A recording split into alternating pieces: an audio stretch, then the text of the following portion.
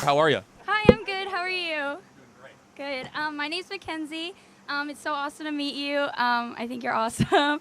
I was just wanted to ask, since college is a scam, what should us, what should we do if like we have to go to school to get a degree? Like I want to be a social worker, so I need a degree. How can I make the best of my experience here if I'm getting scammed? Well, you're already doing it. I mean, look, just so everyone understands my perspective, if you have to go to college, go to the least expensive option available and get through as quickly as possible. But my opinion is that not just my opinion, the data shows there's millions of jobs that are open that don't require a college degree. We need more plumbers, electricians, welders. I think we need more people that are entrepreneurs and less people just with college degrees. But look, you're all in college. You're all kind of part of this institution. Just understand that half of you guys, when you graduate college, if you get a job, will get a job that doesn't even require a college degree. So half of people that go to college end up not even using the college degree. But as a social worker, honestly, my biggest advice for you is that hold on to your conservative principles even when you go into social work. Social work is super left wing, as you well know, or you're probably learning it throughout. Yeah, a little bit. And the reason being is this, is that when you're in social work, you are engrossed and surrounded by very sad stories, people that need help, people that need compassion, and automatically you think, well, we need a bigger government to help those people. Well, we as conservatives have a completely different perspective, that maybe instead of big government, we need big families, and maybe instead of the government being strengthened, we need more dads in the home, and instead of growing the size of the state, we need more people to go to church and to believe in the divine and respect of the individual and the dignity of every human being. We can share with a lot of social workers or in social work the need to help people that have less. In fact, we as Christians are called to do that, but we believe that permanent government assistance and programs is the wrong way to do that. Are you finding in social work it's a little bit left leaning, or you're? Well, I'm not there yet. Oh, you will be. Yeah. But I do, I want to go to social work. I want to like help foster kids. The pro-life movement is something that's really important to me. So I want to do like what I can to help the foster system and, just, make the future anti-abortion. God bless you. Thank you. Thank Great you. first question. Thank you. Thank you. Yes. How's it going, Charlie? Good. How are you? Good. My name is Camden. I've been a supporter for you from a long time. And I have a quick question, or two quick questions. The first one is, why are colleges getting so much more liberal in this generation specifically, and what can we do about that? Well, I will say students are becoming more right-wing. I mean, this is amazing. Would you say this campus is pretty liberal? Yes. Yeah. Very. Do you guys feel as if on campus that if you speak out as a conservative, you are graded differently? Yes. Yeah. Yeah. So you guys feel as if you say a conservative view, you'll be graded negatively? Yes. Yeah. So tell me more about that. I would just be curious. I'm in an economics of women and work class, and I'm like the only one Wait, in the there's class. an economics of woman Yes, and it was required. It was required, and I'm the only pretty much conservative in the class that believes that the gender pay gap is a myth. That Well, there's obviously it is, yeah, of course. but they're so stern on grading as if there is one. So if I say something that's against that, then I'm graded differently. This proves my point that college is a scam. You should not be forced to go into debt to study things that are not true. Right. I reject the whole premise. But yeah, look, part of the problem is that it's taxpayer funded. President Trump is waging a war against the college cartel, saying that federal taxpayer money will not go to schools like this if they teach garbage like critical race theory, DEI, transgenderism ideology. It's going to be a process actually unfolding that. But yeah, the other problem is that these professors have never done anything in the real world, many of them. They have lived in their kind of circles of abstractions for their entire life.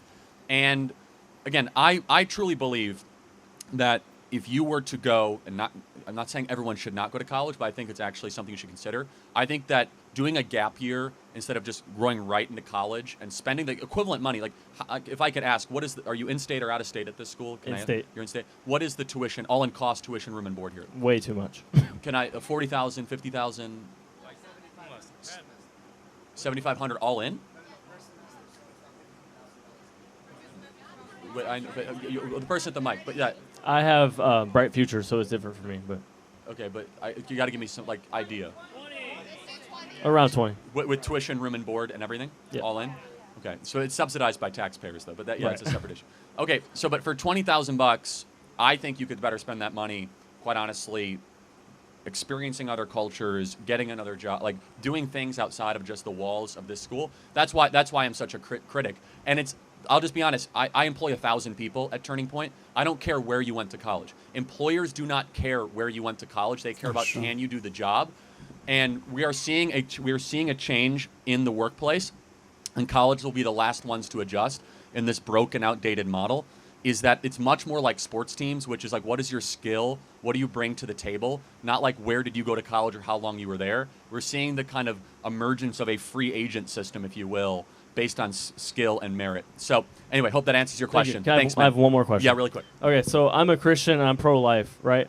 And there's a lot of conservatives who also believe in the death penalty. But my question is, how can you believe in the death penalty and also be pro-life? I mean, it's a great question, but let me just. I think it's logically contradictory. Right. So, if I may use a young lady as a so let's pretend she was pregnant, okay, and there was an unborn human being in utero, and let's pretend he is on death row for murdering 5 people. There's a difference. That baby did nothing wrong in utero. He used his agency to go kill 5 other people. And as a Christian, the only law that is repeated in all 5 books of the Torah is that if you kill a life, if you take a life, your life will be taken. Can I counter? Yeah, so please. Paul killed Christians before he wrote 13 books of the Bible. So how do we? Well, yeah, I mean, that? He obviously repented and gave his life to Christ and became a super amazing disciple. I guess the question is, do we believe in the ultimate administration of justice? And I think, of course, you do. If you take a life, your life should be taken. But making a moral equivalency of an unborn baby that has done nothing wrong, which, by the way, we have no problem slaughtering, right? I do. Well, no, I'm saying as a country, right? Over 1.5 million a year, and then we say, oh, well, this guy who burned an entire house down and killed 5 people, we need to feel sorry for them. Now, this is not you, but I could turn it on its head that bleeding heart liberals will say they feel more sorry for the person on death row than for the baby in the womb that never had a chance to live. And so, for me, I think the person that, I think the death penalty should only be used very rarely, very sparingly, and should be done quickly. In fact, I even think that we should bring back, public executions on certain people. No, but think about it. I think that, and you guys should laugh, but it should be done. You guys should laugh, but think about it. Some of these crimes are so heinous against humanity that it must be done as a statement and not say that, we're gonna make you a sympathy. So, for example, I think that Luigi Maggioni guy, I think he should get the death penalty. I think that if you're gonna go kill someone in the back of the head in the streets of New York and act as if I should be sympathetic because you didn't get a health care premium you didn't like, I think you should get the death penalty for that. I think if you take a life, your life should be taken, and it should be done, obviously, through a jury of the peers. So that's how I would respond to that. It's the administration of justice, and it's also, more specifically, the life in the womb has not hurt anybody else. Right. The person on death penalty definitionally has hurt somebody else's life. Thank you. And then appreciate it. Yes. Since I don't have a lot of time, if I had more time to ask more questions, can I get you on my podcast in the future? Maybe. All right. Hey, so my name's Anderson. I agree with you on most things, but I disagree. I think I disagree with you. You can correct me if I'm wrong. On the Department of Education. I think that I moved here from Illinois in Chicago. Yeah. What part of Chicago are you from? Arlington Heights. Yeah, so what high school do you go to? Hersey I didn't go to Prospect? high school there, but I was supposed to go to Hersey. Okay, I went to Wheeling. Oh, my dad lived there. So that's crazy. Yeah, so I know the area quite well. Did you go to middle school there? Yeah, I went to middle school there. I went to Thomas. I went to MacArthur. Oh, that's cool. So I know your neighborhood very well. Yeah. And so how I've seen like kind of the changes from moving down here from the north, it seems like there's like this very like antagonistic view with education, which I didn't have in Illinois, at least in the part that I lived in, because it was a well-off suburb. And I think that having a tool to keep schools responsible based on the curriculum that they're teaching is far more valuable than getting rid of it just because there's so many problems with it. Fair argument. Thank you. So the Department of Education was formed in 1979. Do you think it's done a good job of improving educational standards for kids in this country? No, mostly no. But I think the proper tool of a federal government saying, hey, you have to teach truths, even if that local community doesn't necessarily want to. Like, the example that I kind of thought of, because I was talking to someone about this, I thought of, like, a coal mining town. In that town, it might be the most valuable thing to teach about mining, to teach about that type of trade, versus if you live in New York City, you're going to be learning a lot more of, like, markets and just overall higher education. And I think that's unfair to the people who are born into that area, just because that area needs that economic development. So, fair question. So, what you're saying is, from a more conservative slant, probably, that a federal student Department of Education that actually mandates the right things from the top down. Yes. Sounds great. Let me tell you why A, that won't happen, and why B, I think that's a bad idea. Okay. So, even though it sounds conceptually right, A, anything that starts in D.C. with a good intention will be taken over by the cancer, the woke tumor and the woke cancer. It metastasizes and envelops the entire thing, even if it has a really good intent.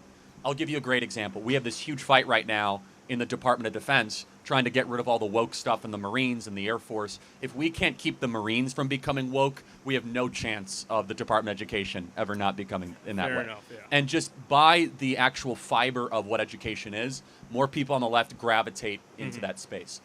Now, let me agree with you before I kind of get into the second point.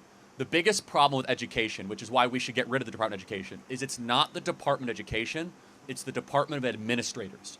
And this is what's very important. This is not a war on teachers. There are 11 million people in America that are in government, that are in jobs, in government, taxpayer funded, in education.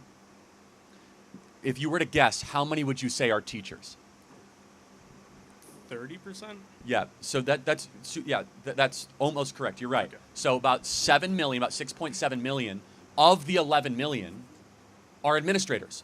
Wow. And the people, like, most of our education money goes towards paper pushers, career counselors, people that fill in paperwork unnecessarily. We're not even supporting the teachers on the front line. So that's the biggest problem, is we have become an administrative-heavy education model. And what has that meant for our kids? Since the advent of Department of Education, as you agree, standards have gone down, literacy has gone down, math and reading has gone down. In fact, most kids in public education, I want you guys to think about this, in high school, have not read an entire book cover to cover. Yeah. Do you guys agree with that? Yeah. And I know that when parents hear that, it's so shocking. Most kids, when they are by a junior or senior in school, have not read, they'll read snippets. You guys know that. They have readers, right? A chapter of this. They have not read an entire book cover to cover. Let me go to my second argument why I think it's a bad idea. I don't think it's constitutional or in the role of government to get involved in the most intimate thing, which is education. And this is why. I think our view of education is wrong. You guys look at education probably because you've been taught as just, hey, get here so you can get a job. In the ideal sense, education should be about the growth of the soul and should be about the nurturing of good citizens, which is completely different than just career preparation. The view I have of education, which is what the founders had, which only very few people have, is that you guys should be here to read really old good books, to understand ancient philosophy, to become a well-rounded citizen of what is good, true, and beautiful, and then you could do any job once you graduate. That the hyper-specialization of our education system has been dreadful. But let me get to the Constitution, and I'd love to get your response. Constitutionally, I think we have made too many exceptions of the government should do this, the government should do that. If we look at Article 1, Section 8 of the U.S. Constitution, it enumerates 17 things that government can do. Education federally is not one of them. And it doesn't even do it well. And I think it's led to this bloat of federal agencies that shouldn't exist. And so finally, let's go back to that coal miner example. That's a really good example in one way. But at the other way, we should not impose on certain communities what values they should learn or not learn. And usually what happens is, we know, it's left-wing ideology that then gets imposed on local Christian communities or conservative communities that might have a different view. So what is your opinion on all that? I feel like at this point there's so many different government programs that don't adhere to the Constitution, at least not in a literal sense. Like, I'm not saying they're constitutionally illegal, but I would say they almost are. That is definitely an argument. But I do think that there is certain educational standards that need to be upheld. I just don't know the proper way to do that. Great. So my suggestion is we don't have to think too deeply about it. Is we already know what that looks like, which is that the states should run the education as they see fit, and the federal government should remove. Because we know back in the 50s, 60s, or 70s, we had much higher literacy rates, much better math scores. We've gone down. We're like 26 now in education, yet we're spending $250 billion a year on the federal Department of Education. mostly on administrative paperwork. So I think we need to empower more families. And the final thing I'll say is school choice, allowing parents to be able to send their and by the way, Florida has one of the most robust school choice programs in the country, and it works because competition education is a good thing. Final point, yes. Yeah, I know. My sister actually works at a Montessori school, and so I'm very on board with like school choice.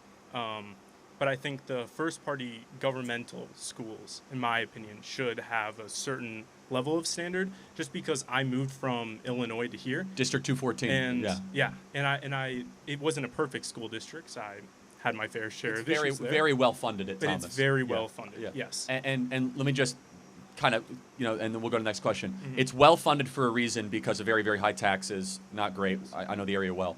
But last point is the type of top-down, involvement you want should happen on the state level. It should happen in Tallahassee, not in Washington, D.C. Let's get D.C. out of our education. Okay. Thank you so much.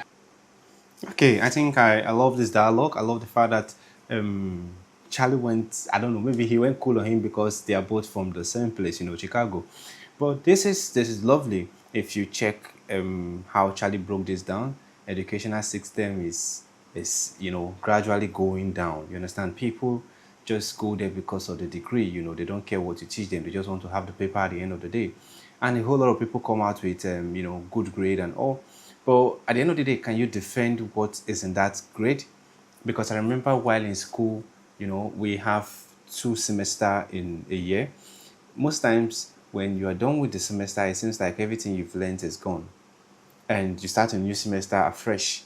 And that is not how learning is supposed to be. When you go to, let's say, tech school, where they teach you about, let's say, how to dismantle a car, how to fix the car engine, you don't learn to forget, you learn to retain. Because, when you leave, when you graduate from tech school, you are going straight to the field, you see. People tend to retain more of practical learning than theories, you understand? Because, let's say, for instance, you're teaching a nurse how to take care of a patient. You don't teach them by writing it on the board. You take them to the field. You expose them to what they are going to do when they graduate.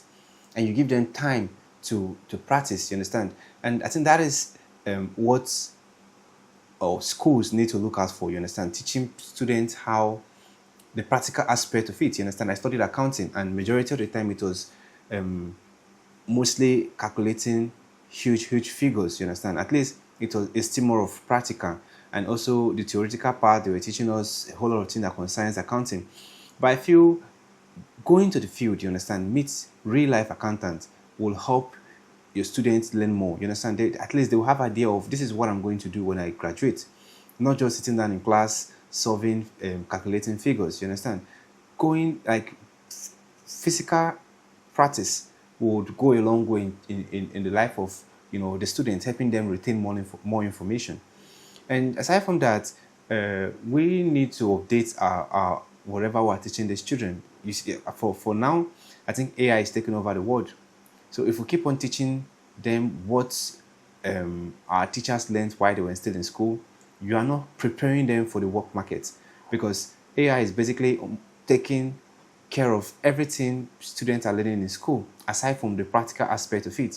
Those theory aspects, they are taking over. We need to look for a way to bridge the gap between what AI can do and what students can do, or what what students can do. You don't teach them addicted stuff and expect them to come out from their work. Come out to the workforce and compete with AI. You understand? So let me know what you think in the comment section. If it is your first time visiting the channel, click on the subscribe button. Thanks for watching, and remember this.